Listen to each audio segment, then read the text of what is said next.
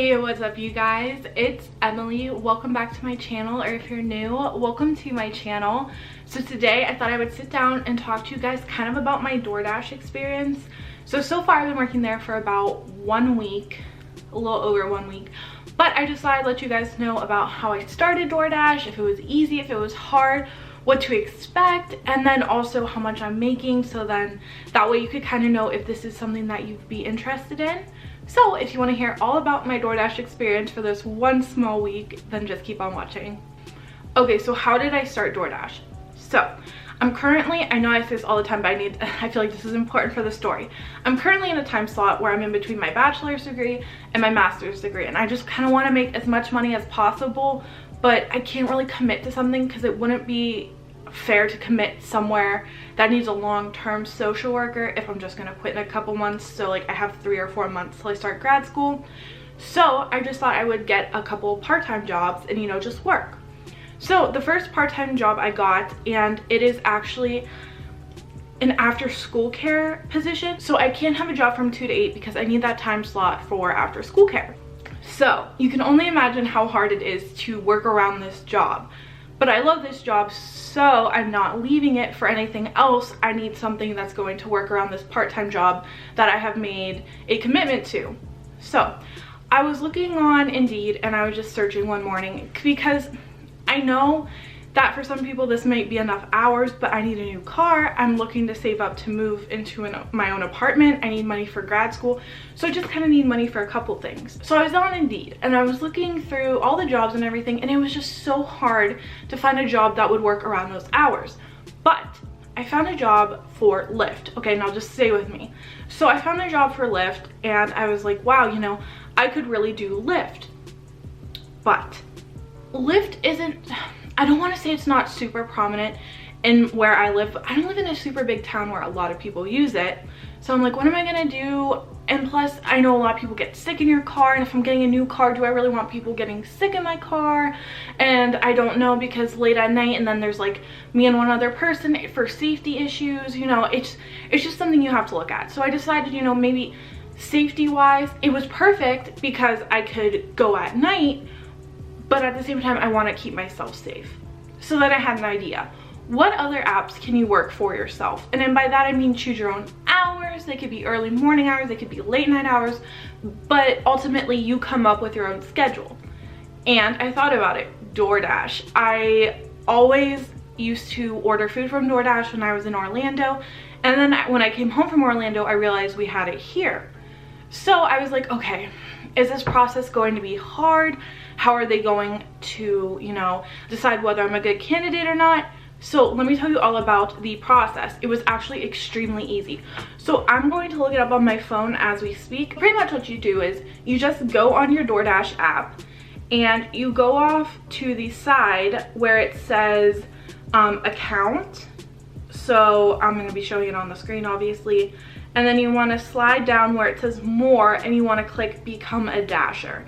So then from there, they're going to ask you a couple questions, you know, basic information, and they just ask you to fill out your W-2, but you don't really fill out a whole lot. It's basic stuff like your social security and stuff like that. And then after that, it's going to give you a notification that your activation kit has been sent to your home.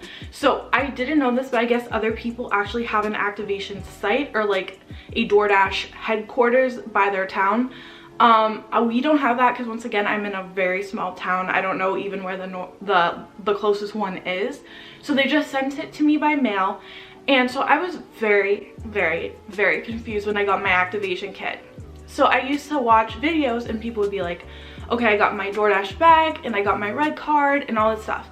So I got my activation kit and it was in this bag, but all that came in it was my red card. And I was thinking, well, where's my t-shirt, where's my bag, you know, whatever. So I activated my red card, which it comes in like you'll get a little pamphlet that tells you how to activate your red card. And I was doing some research on why didn't I get my activation bag, or why doesn't my activation kit have the DoorDash bag? You know what I'm talking about, the big red bag that keeps the food warm for the customer. And I guess that starting in 2019, they are only giving it to people who complete their first dash or do a couple dashes or something like that. So I did end up getting it. like a week late.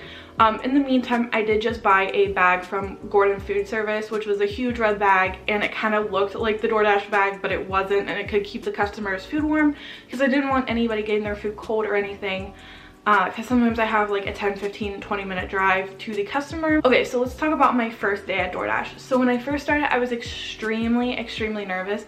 I really didn't think that I was going to get the hang of it and I was going to mess up because I am horrible with directions. I can't see too well in the dark, so I was nervous that I wouldn't be able to see somebody's like address. You know, like how people have the numbers of their address on their doors or their, you know, mailboxes or something. I was scared I wasn't going to be able to see it.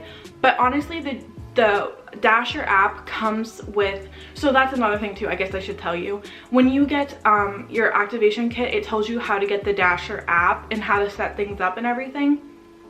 So that's just something to remember. You won't be using the DoorDash app that you use to order food. You'll be using an app called Dasher, and that's going to be your app to use for dashing.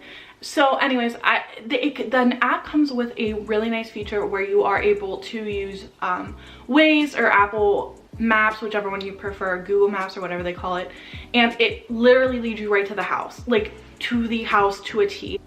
And yeah, so some cool things about dashing. You could bring whoever you want. So at nighttime, if my dad's not doing anything, he likes to come with me just for safety reasons, and it's kind of cool because we just get to talk and stuff. And then I brought my friend Hannah one time, so that's cool. If you have friends who want to dash along with you, as long as it doesn't interfere with the dashing, then feel free to. I think the minimum age you have to be is 18 to dash, and yeah, so that's just some facts. So let's talk about how much I make, because I feel like that's what a lot of people want to know.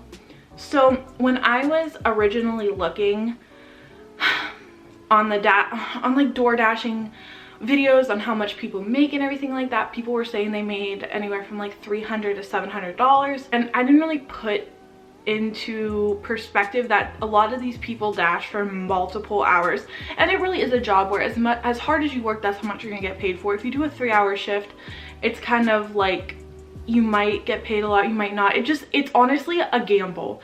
I wouldn't probably rely on this as a main source of income, just because it, like I said, it is random. Sometimes you could get tipped $20. My highest tip was like $23 or $24, and then my lowest tip was like $5.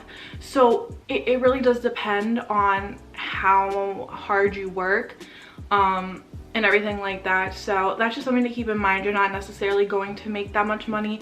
A lot of the people I was watching, they were in Dallas, or I don't know what other cities they were in, but my main person I watched was Indie Gold. I don't know if any of you have watched her, but she was super helpful with everything.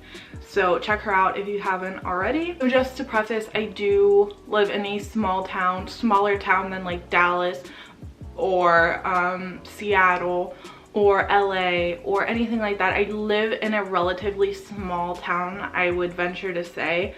So I'm just gonna show you guys how much money I've made working. I don't know how this actually breaks down, so let me see. So my current week, I've made $94.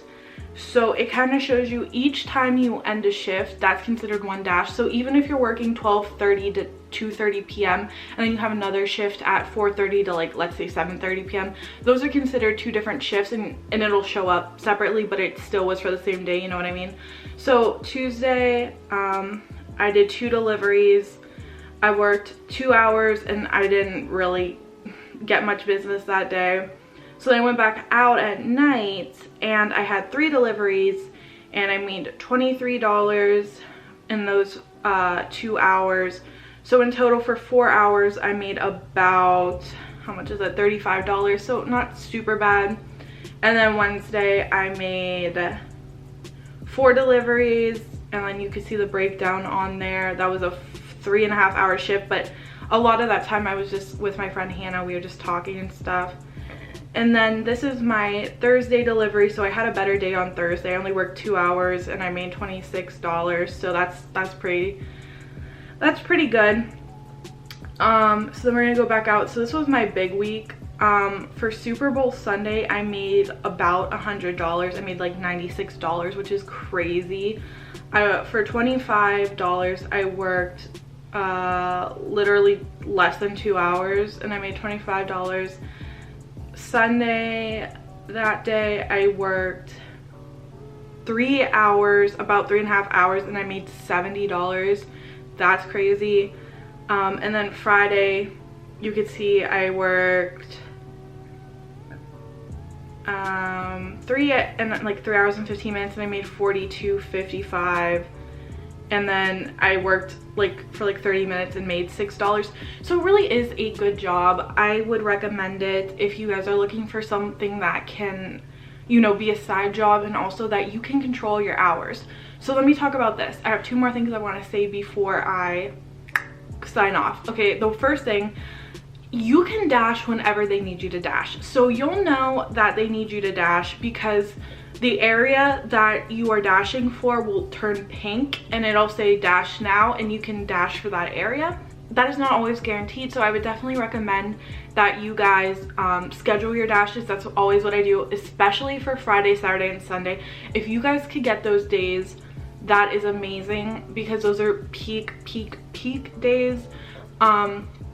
I work tomorrow, a 5-hour shift tomorrow, Sunday, so I'm gonna see how I do tomorrow, so we'll see what happens.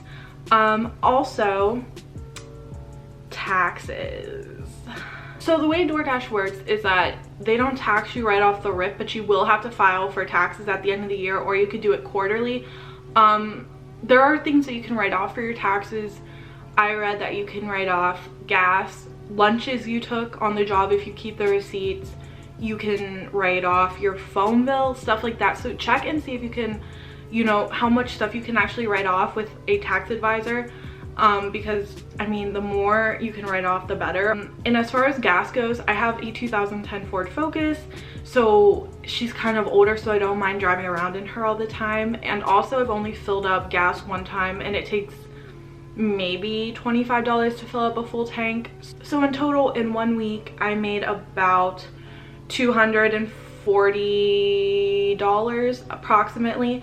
So 30 of that, or 25 of that, was for gas. So not a huge cut into my pocket. I honestly still made out, and a lot of it is me parked. Like, I'm not gonna lie, like, I'm not constantly dashing, especially because, like I said, I live in a small town. A lot of people aren't super exposed to DoorDash yet, so I sometimes I sit for a little bit, but it still is a good job because all I do is drive around, drink coffee, and listen to music. And you literally have to get out of the car to get the food, get back in the car, drive to your destination, drop it off, and then go back in the car and get your new one. So I definitely want to do a video where I'm driving around and you guys could see a day in the life. I'll have to do it on one of the days that I dash before work, because then if it's after work, you won't be able to see me or whatever. So I will definitely look forward to doing that. So that's just a little bit of that. And if you guys have any questions, feel free to ask me, because I had a lot of questions before I started and I was super nervous and I didn't know if it was going to work out, and it ended up being a beautiful job that I love so much. So if you have any comments, feel free to leave them down below. But that is it for my video. I love you guys so much. I hope you have a great day or night whenever you're watching this, and I will see you in my next video. Bye guys.